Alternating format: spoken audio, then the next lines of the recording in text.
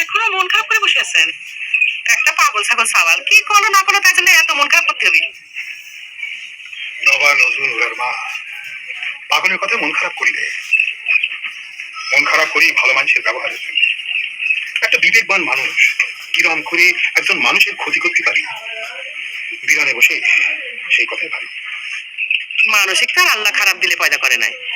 মানুষের সাদা দিল কালা হয় শয়তানের ইশারায় বসে। শয়তান তোমার আমার কার পাশে নাই কম? আছে নিশ্চয়ই। তারা কি আমাকে খারাপ ইশারায় বশ করতে চায় না? হ্যাঁ, করতে চাই। তাহলে পরে তুমি আর আমি তো খারাপ ইশারায় মসজিদে, আমরা তো মানুষের কোনো মন্দ করতে পারি না, পারি? পারি নে, কারণ শয়তান আমাকে সাদা দিলে কাদা লাগাতে পারে না।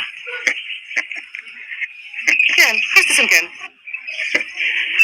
না, তোমার কথা শুনে হাসি আর কি। আমি কথাটা খারাপ কি করলাম?